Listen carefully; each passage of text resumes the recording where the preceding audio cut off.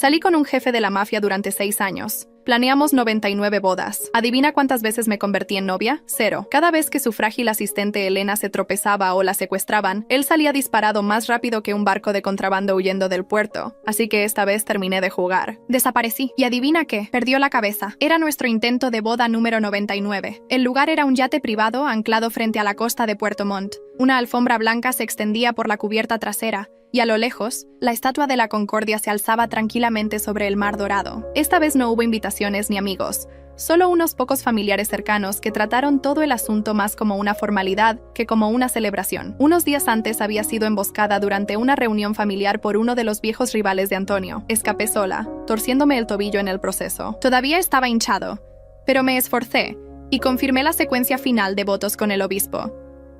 Antonio no pareció importarle. No había visitado la suite nupcial, no me había mirado el pie. Pasó todo el receso previo a la ceremonia agachado en el salón VIP, envolviendo cuidadosamente una venda alrededor del dedo del pie de Elena, que se había raspado al subir al yate. Él le sostuvo suavemente el pie, soplando sobre la herida como si fuera un animal asustado. Al otro lado de la cubierta, mi madre observaba con una expresión tormentosa. «Él nunca hizo eso por ti», dijo en voz baja. «Esto no es una boda, todavía es una humillación». Me puse el mismo vestido que me había esperado durante 98 ceremonias fallidas. Al atardecer, me paré en la popa del yate esperando que Antonio me llevara por el pasillo de rosas. Pasaron los minutos. Él nunca llegó. Cuando me acerqué al salón VIP, 2 guardias armados me bloquearon el paso. «El jefe tiene un asunto urgente que atender», dijo uno. «¿Qué asunto urgente?», pregunté. La puerta se abrió. Antonio salió apoyando a Elena. Su rostro estaba tenso de preocupación. «Su pie está infectado», dijo. «Necesito llevarla a urgencias. Pongamos esto en espera. Una vez que se sienta mejor, estaré completamente para ti». Él ni siquiera me miró, solo la ayudó a subir al helicóptero. Ese año marcó nuestro 6º aniversario. También fue la 99 vez que canceló nuestra boda por culpa de Elena. En el pasado me habría derrumbado, gritado, rogado, pero esta vez solo sonreí débilmente. «Claro, el pie de Elena no puede esperar». Él se detuvo, sorprendido por mi calma. «Cuando regrese te traeré lirios frescos», dijo. Pero a mí nunca me habían gustado los lirios. Una vez tuve un ataque de asma en un banquete debido al polen de lirio. Él había entrado en pánico, me había llevado al hospital y me había prometido que nunca lo olvidaría. Aparentemente incluso eso no duró 6 años. El helicóptero se elevó hacia el cielo, agitando mi velo y levantando pétalos de rosa de la cubierta. Me volví para mirar a los invitados. «La boda está cancelada», anuncié. Luego levanté las tijeras en mi mano y corté el vestido que había usado 99 veces. El satén blanco cayó a mi alrededor como un funeral silencioso. Miré el cielo vacío donde el helicóptero había desaparecido y susurré. «Antonio, 6 años de espera terminan aquí, igual que este vestido». No fue hasta el final que mi madre finalmente habló. «Cariño, regresa con nosotros a Valparaíso». Lo había dicho antes, pero esta vez sonó diferente. Sentada al borde de la cubierta del yate, levanté la vista y encontré sus ojos esperanzados. La verdad era que mi padre era el capo del sindicato mafioso más grande de Valparaíso. Me habían criado en su círculo íntimo, preparada para heredar el negocio algún día. Pero cuando fui a la universidad, conocí a Antonio. Dejé todo atrás y lo seguí a Montt, una ciudad de codicia y traición. Antonio vino de la nada y odiaba que alguien mencionara su pasado. Nunca le dije la verdad. Para él, yo era solo una chica de un barrio con dificultades. Durante 6 años me abrí camino en un sindicato, desde un simple puesto hasta un asiento en la mesa principal. La gente nos llamaba un dúo letal, implacables en los negocios, imparables en el amor. Una vez pensé que le diría quién era realmente, pero ese momento nunca llegó. Ahora ya no importaba. «Volveré», susurré. Los ojos de mi madre se iluminaron. Ella y mi padre me abrazaron con fuerza. «No te preocupes», dijo ella. «No te dejaremos sufrir de nuevo». De vuelta en el apartamento que compartía con Antonio, todo se sentía vacío. Hice una olla de pasta y abrí Instagram. Elena había publicado una foto. Llevaba un vestido ajustado, pegada a Antonio, sonriendo como si el mundo le perteneciera. La leyenda decía: «Engañé al estoico jefe para que jugara al golf. Le prometí costillas de cordero asadas en mi casa y dijo que sí de inmediato. Supe que no volvería a casa, como siempre. Afortunadamente, nunca habíamos tramitado un certificado de matrimonio. A la mañana siguiente empaqué mis cosas y fui al cuartel general. Entregué mi renuncia al capo a cargo. «Eres una de las mejores», dijo, con instintos agudos, confiable. «No tires esto por la borda». Mientras hablaba, entró Antonio. Tenía chupetones visibles en el cuello. Apestaba a ese mismo perfume dulce. Recordaba cómo solía odiar las marcas. Decía que arruinaban su imagen. Resulta que no odiaba las marcas. Era que yo no las dejaba. El capo se volvió hacia él. Momento perfecto, jefe. Hable con su novia. Está renunciando. Discutieron de nuevo, dije con firmeza. No tiene nada que ver con él. Los ojos de Antonio se fijaron en los míos. ¿Es esto porque cancelé la boda de nuevo? El capo sintió la tensión y se fue en silencio. Antonio dio un paso adelante, su voz más áspera ahora. Te dije que Elena se lastimó el pie. Eso es todo. No estoy enojada, respondí. Solo estoy agotada. Necesito un descanso en un lugar nuevo. Si estás cansada, tómate unas vacaciones, dijo. Pero no dejes el sindicato ahora. La gente pensará que Elena lo causó. ¿Cómo se supone que mantendrá su puesto? No le importaba yo, solo la imagen de Elena. No respondí. Volví a mirar el chupetón. Él lo notó y levantó la mano para cubrirlo. Es solo una picadura de mosquito, murmuró. Casi me río. Me rodeó los hombros con un brazo. Ahí vamos. No más drama. Te llevaré a cenar a Perse. Hagamos las paces, ¿de acuerdo? No dije nada. Él confundió mi silencio con un acuerdo, pero yo ya había decidido. No iba a decir adiós. Dejaba Belmont para siempre. Antonio y Elena irrumpieron sin llamar. Uy, se rió. No quise interrumpir. Solo necesito ayuda con este trato. Antonio se volvió inmediatamente hacia ella. Ella se acercó susurrando, entrelazando su brazo con el de él mientras salían, dejando la puerta abierta el tiempo suficiente para que ella me lanzara una sonrisa de suficiencia. La habitación quedó en silencio. La pulsera de mi muñeca se resbaló, la que Antonio me dio en nuestro primer aniversario. Fuerte como los diamantes, había dicho él. La miré fijamente durante mucho tiempo. Luego la tiré a la basura junto con todo lo que todavía sentía por él. Salí de la ciudad antes del amanecer, sin nota, sin mensaje, sin despedida dramática. Solo silencio. Lo último que hice fue retirar los fondos de la caja fuerte detrás de la estantería, no el dinero de Antonio, el mío. Cada centavo que había ganado en los últimos 6 años lo había mantenido separado por una razón que no había entendido hasta ahora. Quizás siempre había sabido que necesitaría un escape. A las 8 de la mañana ya me había ido. Nadie me vio irme. Ningún guardia me cuestionó. ¿En Mont? Todos asumen que si caminas como si pertenecieras, lo haces. Me deslicé en un coche discreto con ventanas polarizadas y un maletero lleno de recuerdos que nunca quise desempacar de nuevo. El viaje a Valparaíso duró 5 horas. No encendí la radio. El silencio era suficiente. A lo largo de la carretera, verdes colinas pasaban como olas, y con cada milla entre Antonio y yo, sentí que mis pulmones se expandían. Por primera vez en años, podía respirar. Cuando llegué al complejo, 2 guardias vestidos de negro me saludaron en la puerta. Bienvenida a casa, señorita Isabela. Hacía años que nadie me llamaba así. Dentro, la mansión era tal como la recordaba. Columnas altas, ventanas de caoba oscura que reflejaban tanto la luz del sol como los secretos. Mi padre estaba en la parte superior de las escaleras, flanqueado por asesores y tenientes. Su rostro permanecía indescifrable, pero sus ojos se suavizaron en el momento en que me vio. Ya era hora, dijo simplemente. Subí las escaleras, un paso lento a la vez.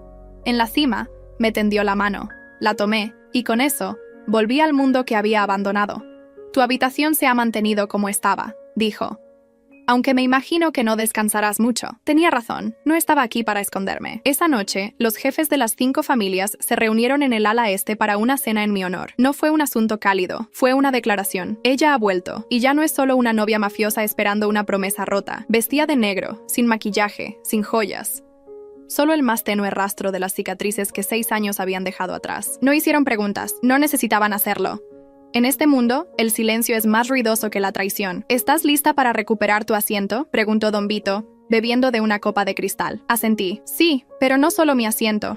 Quiero el control de los muelles oeste, y quiero una supervisión total del circuito oriental. Hubo una pausa. Ojos agudos se volvieron hacia mi padre. Él asintió con un solo movimiento. Concedido. No más sombras, no más laterales. Había terminado de ser secundaria de un hombre que nunca me vio. Por la mañana ya estaba en el campo. Botas embarradas, manos firmando contratos, voz que inspiraba respeto. Los documentos se inclinaron ante mí una vez más, y los susurros comenzaron.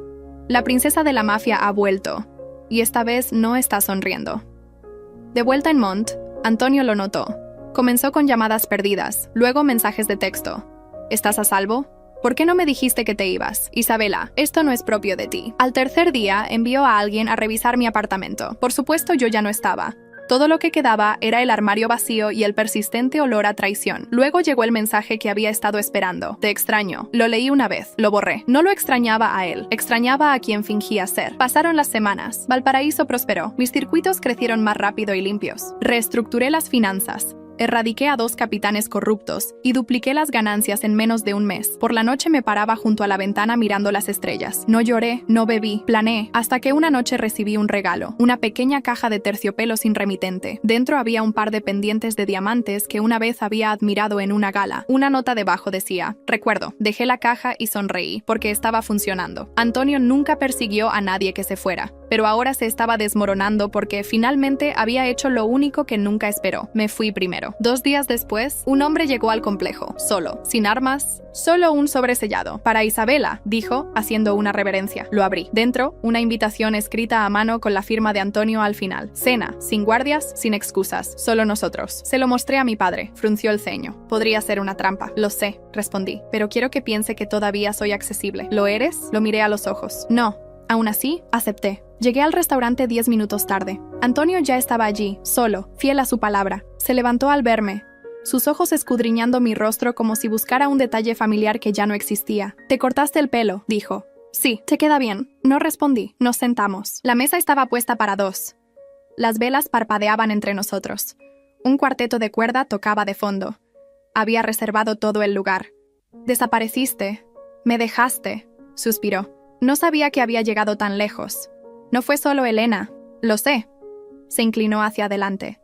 6 años, Isabela. Construimos todo juntos. No puedes simplemente irte así. No me fui. Huí. Y por una buena razón. Cometí errores. Tomaste decisiones. Una y otra vez. Bajó la mirada. Por primera vez, no tenía palabras. Di un sorbo de agua. ¿Por qué me llamaste aquí? Dudó. Porque todavía te amo. Dejé que eso calara. Luego me puse de pie. Te encanta tener a alguien que nunca dice que no, que espera, que se sacrifica. Pero esa mujer se ha ido. Y en su lugar está alguien que finalmente entiende su valor. Coloqué una pequeña moneda de plata sobre la mesa. El escudo del sindicato de Valparaíso. No voy a volver contigo. Antonio, voy a recuperar todo lo que pensaste que renuncié. Y voy a empezar por los puertos del este. Sus ojos se abrieron. Esos son míos. Ya no. Él también se levantó. Su voz bajó. Esto es guerra. Sonreí con frialdad. No, Antonio. Esto es cierre. Y me marché. Al salir del restaurante, el aire de la noche me envolvió como una armadura. A lo lejos podía oír el tenue sonido de las olas rompiendo.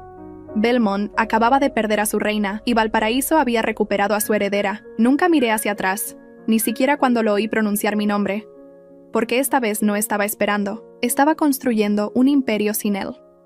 2 semanas después de nuestra confrontación final en Belmont, llegó el primer golpe. Un envío de productos farmacéuticos con destino a los puertos orientales desapareció a mitad de camino, sin disparos, sin rastro, solo silencio. Era demasiado limpio para ser un robo al azar. Era un mensaje. Antonio había decidido luchar. Bien, porque yo había terminado de encogerme. Esa mañana convoqué una reunión de emergencia en el complejo de Valparaíso. La sala se llenó rápidamente. Capitanes, ejecutores, asesores, viejos aliados, nuevas caras. Me paré a la cabecera de la mesa, tranquila, controlada, letal. Perdimos un cargamento anoche, dije. Fue desviado por alguien con acceso de alto nivel. Belmont, murmuró alguien. Asentí. Esto no es un juego de adivinanzas. Fue Antonio. ¿Quiere probar nuestra respuesta? La sala se tensó. Algunos parecían inquietos. Antonio todavía tenía influencia, todavía inspiraba miedo. «Él te entrenó», dijo Arturo, un viejo lealista. «Él conoce tus movimientos». «Entrenó una versión de mí que ya no existe», respondí, y me creyeron porque había cambiado. Después de la reunión, fui a la sala de la bóveda y abrí un cajón marcado con un solo nombre, Proyecto Knox. Dentro había documentos, planos, registros de vigilancia, planes. Los había empezado hace mucho tiempo cuando noté por primera vez la lealtad dividida de Antonio. Nunca los había usado hasta ahora. Extendí los archivos sobre la mesa de mármol y comencé a mover las piezas. Antonio pensó que estaba enfrentando a la mujer que una vez lo esperó en los muelles y en las suites de Belmont. Pero estaba equivocado. Estaba enfrentando a la hija de un capo que le había enseñado a dirigir ejércitos sin levantar una sola arma. Durante los siguientes 5 días, aseguré el circuito oriental. Reemplacé el sistema de seguridad en todos los puertos principales. Reasigné personal. Cada guardia que había aceptado un soborno fue despedido. Cada ruta fue aleatorizada. Luego hice mi movimiento. Una entrega rutinaria a Puerto Montt fue alterada. 2 horas tarde, diferentes números de contenedor. Personal desviado. Sabía que Antonio se daría cuenta. Y lo hizo. Cuando llegó el envío señuelo, sus hombres lo secuestraron como se esperaba, pero en lugar de productos farmacéuticos, las cajas contenían bloques de hormigón y rastreadores GPS. En el momento en que el envío cruzó la línea de la ciudad de Montt, presioné un botón en mi teléfono. Se activaron docenas de mensajes de texto a contactos de la policía, periodistas, bandas rivales. Los firmé de forma anónima, por supuesto, pero la caída fue como un trueno. Se corrió la voz de que la banda de Antonio había sido atrapada robando cargas sin valor. Se filtraron vídeos que mostraban a sus hombres luchando por descargar bloques mientras sonaban las sirenas de fondo. No se trataba del dinero, se trataba de la humillación. Al día siguiente me llamó. ¿Quieres una guerra, Isabela? La tienes. Clic. No me inmuté. En su lugar, organicé una gala. Para el mundo exterior, era una celebración del legado de Valparaíso. Para los de dentro, era una demostración de poder. Llevaba un traje negro entallado y caminé por el salón de baile con la cabeza alta. La gente me miraba con asombro. La chica que una vez estuvo a la sombra de un hombre era ahora la tormenta. Él no pudo contenerla. Un hombre se acercó con una copa de vino. Señorita Isabela, felicidades. Los muelles nunca han funcionado tan bien. Gracias, sonrió. Algunos dicen que estás provocando demasiado a Antonio, que deberías haberte ido en silencio. Di un sorbo al vino y respondí, si me hubiera ido en silencio no estaría aquí para brindar por mi victoria. Esa noche, bajo las arañas de cristal, no sentí remordimiento, porque le había dado todo a Antonio. Y él me había convertido en esto. Una semana después, recibí otra sorpresa. Llegó un paquete sin dirección de remitente. Dentro había una caja de terciopelo rojo. La abrí con cautela. Dentro había una bala grabada con la palabra lealtad. No había nota. No la necesitaba. Era su forma de decir que había roto algo sagrado. No lo negué, porque la lealtad dada a ciegas no es lealtad, es esclavitud. Y me había liberado, pero sabía lo que venía después. No solo atacaría mi negocio, iría tras la gente. Y tenía que estar lista. Así que visité a la mujer que una vez ignoré durante años. Andrea, mi prima. Habíamos crecido juntas, entrenado juntas, pero ella siempre había sido secundaria para mí, eclipsada. La había dejado atrás cuando seguía a Antonio Amont, pero ahora la necesitaba. Abrió la puerta con una blusa sencilla, sosteniendo una llave inglesa. Isabela, vine a disculparme. Ella parpadeó. ¿Por qué parte? ¿Los años de silencio o el hecho de que solo apareces cuando necesitas algo? Ambas. Ella se apoyó en el marco de la puerta, luego se hizo a un lado. Entra. Nos sentamos en la mesa de su cocina, rodeadas de planos y herramientas dispersas. Necesito a alguien en quien confíe, dije. Alguien que recuerde quién era yo antes de todo esto. Y ahora que has quemado Belmont hasta los cimientos, ¿quieres que esté a tu lado? Quiero que estés conmigo antes de que el fuego se propague aquí. Ella estudió mi rostro por un largo momento. Luego asintió. Estoy dentro. Pasamos las siguientes 3 noches reuniendo un equipo. Todas mujeres, todas ignoradas por la vieja guardia. Astutas, silenciosas, letales. Las llamamos las botadas. Cada una tenía una historia, una traición, una cicatriz. Y cada una había jurado no volver a ser subestimada. Con ellas, recuperé 3 almacenes que los hombres de Antonio habían controlado en secreto. Corté sus sistemas de vigilancia, expuse a su contador por blanquear fondos a través de organizaciones benéficas fantasma, y cada vez que hacía un movimiento, dejaba una única tarjeta de presentación. 6 años, 99 bodas, ninguna novia. Él entendió lo que significaba. Era personal. Una noche recibí otra llamada. Esta vez era de mi madre. Tu padre quiere hablar contigo. Entré a su estudio 1 hora después. Él estaba junto a la chimenea, sus manos entrelazadas a la espalda. Te estás convirtiendo en una fuerza, dijo, pero también te estás convirtiendo en un objetivo. Lo sé. Deberías terminar esto antes de que se convierta en algo de lo que no puedas escapar. No pienso escapar. Él se volvió. ¿Lo amas? Amé a quien fingía ser. ¿Y si todavía hay una parte de él que es real? Entonces debió haberla mostrado antes de que yo me convirtiera en un arma. Hubo un largo silencio. Luego dijo en voz baja, termínalo limpiamente, Isabela. No te conviertas en lo que intentabas destruir. No respondí, porque una parte de mí ya sabía que era demasiado tarde. Antonio había cruzado líneas que no podían deshacerse, y yo había construido una máquina que no se detendría hasta que se quedara sin combustible o sin enemigos. 3 días después me llegó la noticia de que Elena Jiménez había abandonado el país. ¿Por qué? Pregunté. El informante se encogió de hombros. Nadie sabe. Algunos dicen que se quebró bajo presión. Otros dicen que Antonio la envió por su seguridad. No creí ninguna de las dos. Elena siempre había sido una estratega. Si se fue, fue porque vio lo que se avecinaba. Y lo que se avecinaba era algo que ni ella ni Antonio podían detener. Porque yo ya había escrito el capítulo final, y en él no necesitaba convertirme en novia, necesitaba convertirme en una leyenda. Recibí la foto a las 3 de la mañana, sin texto, sin pie de foto, solo la imagen. Antonio de pie frente al Palacio de Justicia de Valparaíso a plena luz del día, las manos en los bolsillos, sin inmutarse, confiado, con una media sonrisa en el rostro como si fuera dueño del mundo. Debajo de la foto, garabateado con tinta, vuelve a casa, éramos mejores juntos. La miré fijamente durante mucho tiempo. Luego apagué mi teléfono, pero al día siguiente hizo su mensaje más ruidoso. 3 de mis lugartenientes fueron arrestados durante una inspección rutinaria en los muelles orientales. La policía encontró pruebas plantadas, suficientes para mantenerlos encerrados durante meses. Ya había visto ese truco antes. Antonio me lo había enseñado. Se estaba volviendo audaz, lo que significaba que se estaba desesperando. Más tarde esa tarde, Andrea irrumpió en mi oficina. Tenía una tableta en la mano.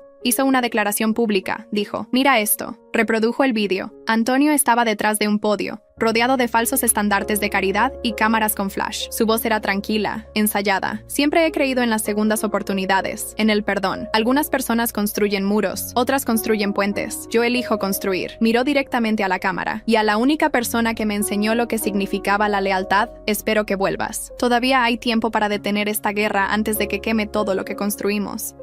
Había pulido la historia. Se hizo ver noble, arrepentido, como si yo fuera la que estuviera destruyendo la paz, como si yo hubiera empezado esto. Casi admiré la actuación. Casi.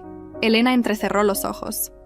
Él está dándole la vuelta, haciéndote la villana. Que lo haga, dije. Los movimientos reales ya están en marcha. Esa noche me reuní con el equipo de logística. Rastreamos todos los envíos de Antonio a través de la ruta subterránea de Belmont. Durante años había contrabandeado armas a través de un negocio de importación de flores. Fue brillante. Hasta ahora, interceptamos un camión, luego otro. Los desviamos, tomamos la carga, enviamos a los conductores de vuelta, ilesos pero conmocionados. Quería que Antonio supiera que podría haberlos terminado, pero elegí no hacerlo. Necesitaba entender que la misericordia no es lo mismo que la debilidad. 3 días después, él respondió. Llegué a casa y encontré mi apartamento saqueado. No la mansión de Valparaíso, la mía vieja en Belmont, a la que no había regresado en semanas. Había dejado una sola cosa atrás, un pequeño cuaderno lleno de poemas que había escrito cuando me enamoré de él por primera vez. Lo quemó. Las cenizas estaban esparcidas en mi cama. En la pared, escrito con spray, estaban las palabras «Reina de la nada». No lloré, ni siquiera me inmuté. En cambio, me senté entre las ruinas y escribí mi último movimiento. Convoqué una reunión de todos los jefes de los sindicatos orientales. Llegaron esa noche, cada uno con sus propios guardias, cada uno curioso y cauteloso. Nos reunimos en el gran salón, antes utilizado para cenas de coronación. Esta vez era la guerra. Propongo una fusión, anuncié. Una nueva alianza, sin más títulos, sin más tronos. Un solo sindicato construido por todos nosotros. Liderado por voto, no por sangre. Hubo un largo silencio. Luego una voz áspera desde el fondo habló. ¿Y quién propone esto? ¿Tú? Asentí. Sí. ¿Por qué? ¿Quieres que Antonio se vaya? No, dije con calma. Quiero que el juego cambie. Escucharon porque también estaban cansados. Cansados de la codicia de Antonio. De la era de mi padre. De ser peones en una guerra construida sobre la emoción. Al final de la reunión, 12 sindicatos habían firmado. La costa oriental ahora respondía a un consejo. No a Antonio, no a mí. Esa noche caminé sola hasta los acantilados que dominaban la bahía de Belmont. El mar estaba oscuro. Las estrellas sobre mí parpadeaban como fantasmas de viejos sueños. Antonio una vez me había traído aquí en nuestro primer aniversario. Bebimos vino y nos besamos bajo la luz de la luna, prometiendo nunca traicionarnos. ¡Qué mentira resultó ser! Cerré los ojos y lo dejé ir. El amor, la esperanza, los pedazos de mí todavía atados a ese recuerdo. Luego me di la vuelta y dejé el pasado atrás. De vuelta en la ciudad, Antonio se estaba desmoronando. Su contador huyó a Grecia. 2 de sus capitanes desertaron. Elena seguía desaparecida, y los rumores afirmaban que vendía secretos al mejor postor. Dejó de asistir a reuniones. Dejó de sonreír, dejó de fingir. Y luego envió un último mensaje. Una invitación a cenar, no una trampa. Una oferta de paz. La tarjeta decía, una última cena, sin guardias, sin mentiras. Solo tú y yo. Andrea dijo que era una tontería. Mi padre dijo que era un suicidio. Pero fui de todos modos, porque necesitaba ver lo que quedaba. El lugar era familiar. Un restaurante en la azotea, donde una vez me había prometido el mundo con canapés y vino tinto. No había cambiado, pero nosotros sí. Antonio estaba sentado solo, bebiendo una copa de algo ámbar. Cuando me vio, se levantó. Su rostro estaba más delgado, sus ojos hundidos. «¿Viniste? Quería ver en qué te has convertido». Él me indicó una silla, pero no me senté de inmediato. En cambio, saqué una pequeña memoria USB de mi bolsillo y la coloqué sobre la mesa. «Antes de que digas una palabra», dije, «mira esto». Sus ojos se fijaron en el dispositivo. «¿Qué es?» «La verdad sobre Elena». Él palideció, pero tomó la memoria. Durante los siguientes 20 minutos, revisó los archivos en silencio. Transferencias bancarias, correos electrónicos, registros de reuniones. Cuando terminó, su rostro había pasado de la confusión a la comprensión, luego a la furia. «Luciano Fuentes», susurró. Ella no solo estaba usándote, Antonio. Le pagaban trimestralmente por alguien más. ¿Quién? Inversiones del Valle. Me quedé helada. Esa es la fachada de Antonio. Él negó con la cabeza. Solía serlo. Hace 3 años fue discretamente expulsado. Las acciones fueron vendidas. Inversores silenciosos. Juntas fantasma. Alguien quería control sin visibilidad. Y Elena era su infiltrada. Tomé la memoria USB y me fui sin decir una palabra. De vuelta en un motel destartalado a las afueras de la ciudad, la conecté a mi laptop. Documentos, transferencias, registros de reuniones. Un nombre seguía apareciendo.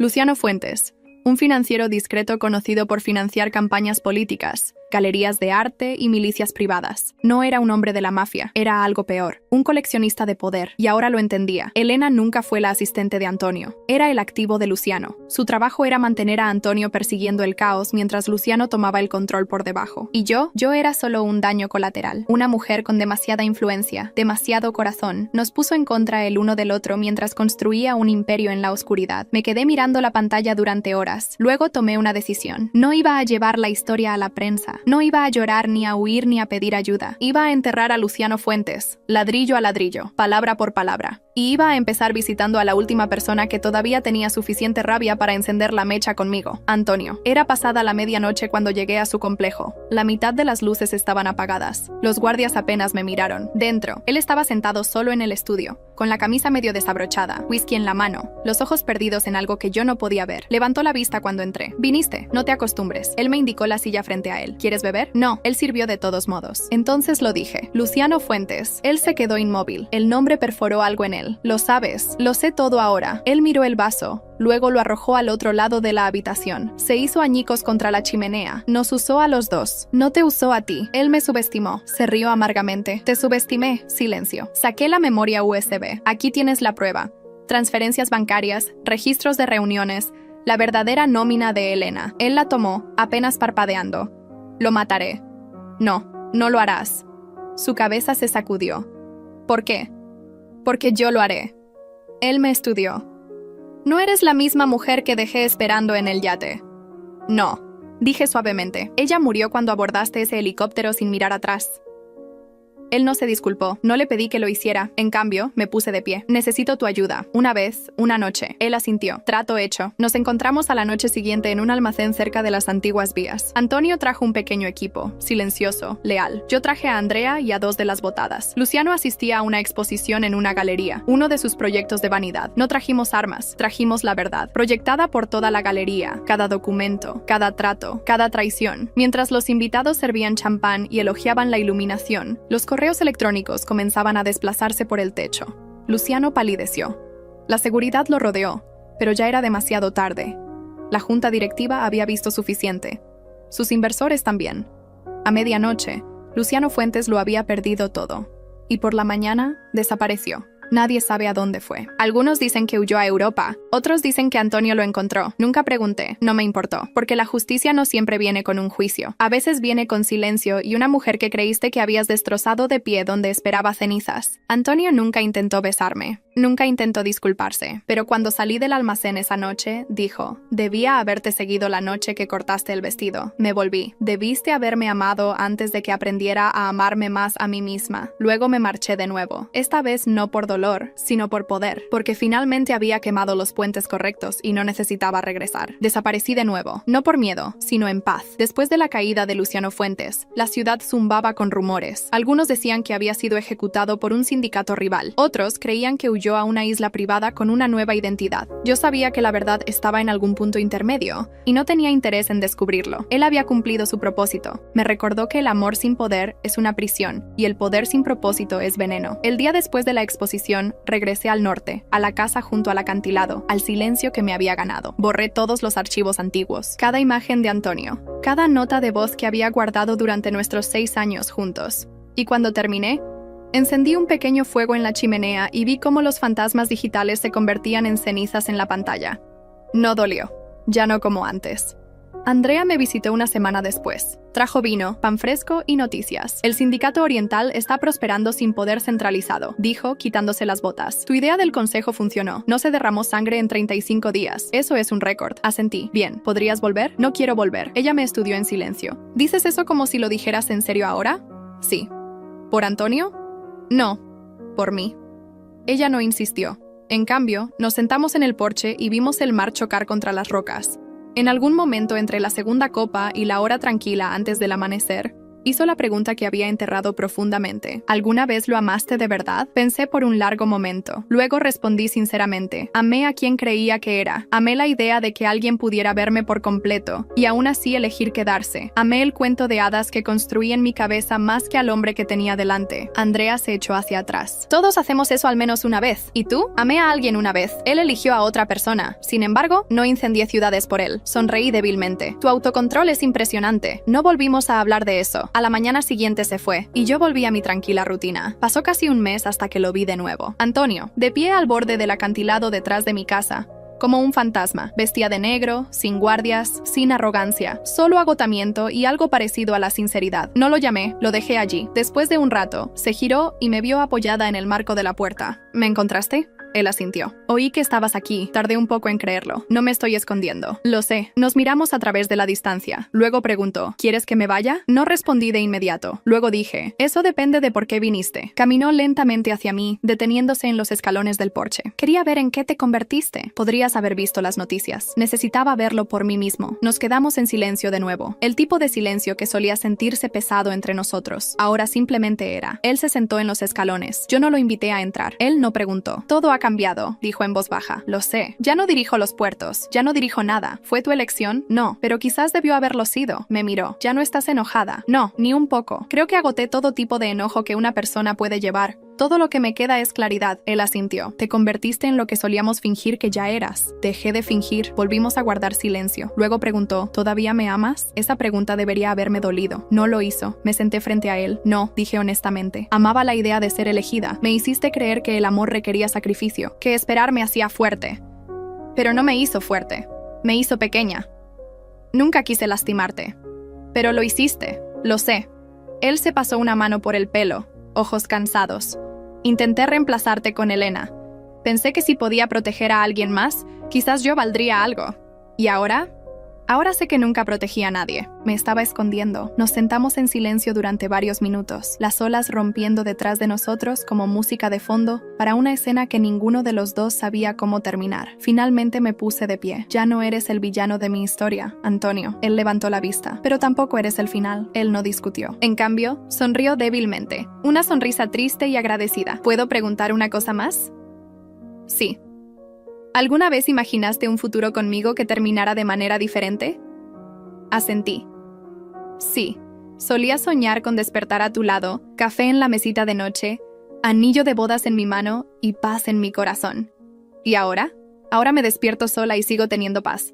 Se levantó. No volveré a venir. No tienes que hacerlo. Caminó hacia su coche. Se detuvo a mitad de camino. Luego se giró y dijo, siempre fuiste más fuerte de lo que merecía. Y luego se fue, sin gestos dramáticos, sin promesas. Solo un hombre que finalmente había dejado de fingir. Esa noche me paré en el acantilado y dejé que el viento me azotara el cabello. No hubo lágrimas ni arrepentimientos. Solo una verdad que perduró en el aire del mar. El cierre no siempre es ruidoso. A veces llega en una conversación tranquila sobre escalones de madera bajo un cielo gris, sin audiencia ni testigos, y a veces eso es suficiente. En los días siguientes volví a escribir. Y no poesía, no cartas de amor, historias de mujeres que se marcharon, de mujeres que quemaron puentes y construyeron imperios a partir de las cenizas de la lealtad recuperada, del silencio roto. Cada mañana escribía con una claridad que no había sentido en años, y poco a poco la gente empezó a encontrarme. Un vecino que traía tomates frescos a cambio de conversación, una adolescente que quería ayuda con un ensayo sobre poder y género, un pescador jubilado que me preguntó si le ayudaría a gestionar sus cuentas.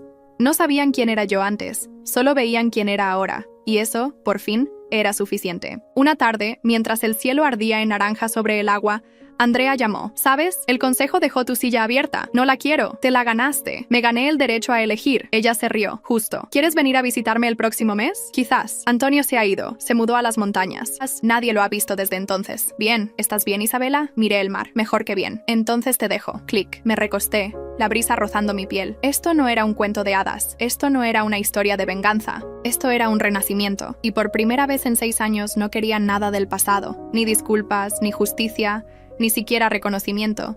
Solo quería el mañana. Y finalmente era mío. La primavera llegó en silencio. Las olas se suavizaron. Los cielos se tiñeron de azul pálido. Las flores silvestres treparon por los acantilados como un lento aplauso de la naturaleza. Habían pasado 4 meses desde la última vez que vi a Antonio, 2 desde que escuché la voz de Andrea, y exactamente 6 semanas desde que abrí mi laptop y envié el borrador final de mi manuscrito. Título: 99 vestidos y una guerra. No era ficción, pero nunca dije que fuera una memoria. Cambié los nombres, dejé fuera la sangre, me centré en el desamor y el lento desmoronamiento de una mujer que esperó al borde del amor hasta que no quedó nada por esperar. No esperaba que fuera aceptado, pero el correo electrónico llegó un jueves. Tendríamos el honor de publicar tu obra. Nadie sabía quién era yo, solo conocían la voz en la página. Eso fue suficiente. Y quizás ese era el objetivo, ser vista por quien me había convertido, no por lo que había sobrevivido. Imprimí el contrato. Lo firmé y lo coloqué en el buzón de correo saliente de la oficina de correos local. La empleada sonrió. «Felicidades, Carmen». Fue la primera vez que no me inmuté al escuchar el nombre. Caminé a casa descalza, el suelo frío anclándome. Cuando llegué a mi porche, un coche esperaba. No negro, no blindado. Solo un simple sedán plateado. Dentro estaba una mujer que no había visto en casi una década. Elena Jiménez. Más vieja ahora, más delgada, su cabello más corto.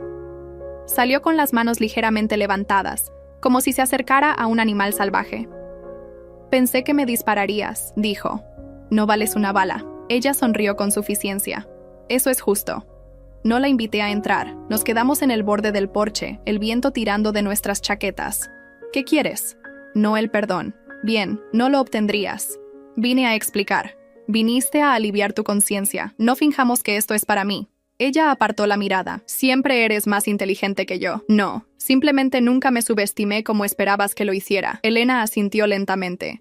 «Se suponía que ibas a ser una sombra, leal, silenciosa, fácil de apartar. Nunca entendiste lo que cuesta la lealtad. Ahora sí. ¿Te arrepientes?» Ella dudó. «Sí. Pero no porque perdí, sino porque lastimé a alguien que nunca mereció ser utilizada». Crucé los brazos. «Entonces, ¿por qué ahora? ¿Por qué venir aquí después de todo este tiempo?» Ella buscó en el bolsillo de su abrigo y sacó un pequeño objeto envuelto en terciopelo. «Guardé esto». Lo abrí lentamente. Dentro había un delgado anillo de plata, simple, sin pulir. Una pequeña inscripción en el interior. «A mi futura novia». «Ah», dijo. «Lo robé. Lo hizo para tu intento de boda número 100». Miré fijamente el anillo durante un largo momento. Luego lo coloqué en la barandilla del porche y di un paso atrás. «Déjalo y vete». Los ojos de Elena ya no mostraban desafío, solo culpa. Se fue sin decir una palabra. Cuando el coche desapareció por la carretera, me quedé un momento mirando el anillo. Luego lo recogí y lo arrojé por el acantilado. Nunca vi dónde aterrizó porque ya no necesitaba saberlo. Al día siguiente, mi libro fue a imprenta. Vendió 2,000 copias la primera semana, 10,000 la tercera. Clubes de lectura llamaron, podcasts se enviaron correos electrónicos, mujeres escribieron cartas. Contaste mi historia. Pensé que era la única que esperaba. Finalmente, yo también me marché. Lloré leyendo esto, leyendo las cartas. No porque estuviera triste, sino porque me di cuenta de que mi silencio nunca había sido poder. Mi voz lo era. Un día recibí un paquete de una dirección en las montañas. Sin nombre, sin nota. Dentro había una fotografía gastada. Antonio y yo riendo en el restaurante de la azotea durante los primeros días, antes de las mentiras, antes de Elena, antes de la espera. Al dorso había escrito 4 palabras. Recuerdo nuestras risas. Quemé la foto, no por odio, sino en paz, porque la mujer de esa imagen se había ido, y la mujer en la que me había convertido no necesitaba pruebas de que alguna vez había sido bueno. Necesitaba libertad, y la tenía. Un año después, mi libro se convirtió en una obra de teatro. Me senté en la última fila la noche del estreno. Anónima, con el corazón latiéndome con fuerza. Cuando el telón se levantó, el público jadeó, lloró, aplaudió. Y cuando la actriz que me interpretaba se paró al borde del escenario con un vestido blanco rasgado, unas tijeras en la mano, y susurró, «Aquí es donde termina». Igual que este vestido. Sonreí. Se pusieron de pie, aplaudieron. Pero yo no me incliné, porque el aplauso no era para mí. Era para cada mujer que había esperado demasiado tiempo. Para cada mujer que se había liberado. Caminé a casa bajo las estrellas. El teatro se desvaneció detrás de mí. El viento se sentía cálido. Y por primera vez en años, no estaba pensando en Antonio, ni en Elena, ni en la traición. Estaba pensando en el mañana, en el olor a sal y café, de páginas no escritas y historias no contadas, de lo que viene después de la supervivencia. Porque esta historia no terminó en matrimonio, no terminó en venganza, terminó en recuperación. Y yo escribiría el siguiente capítulo no como una mujer que había sido rota, sino como una que finalmente supo que nunca necesitó ser elegida para importar.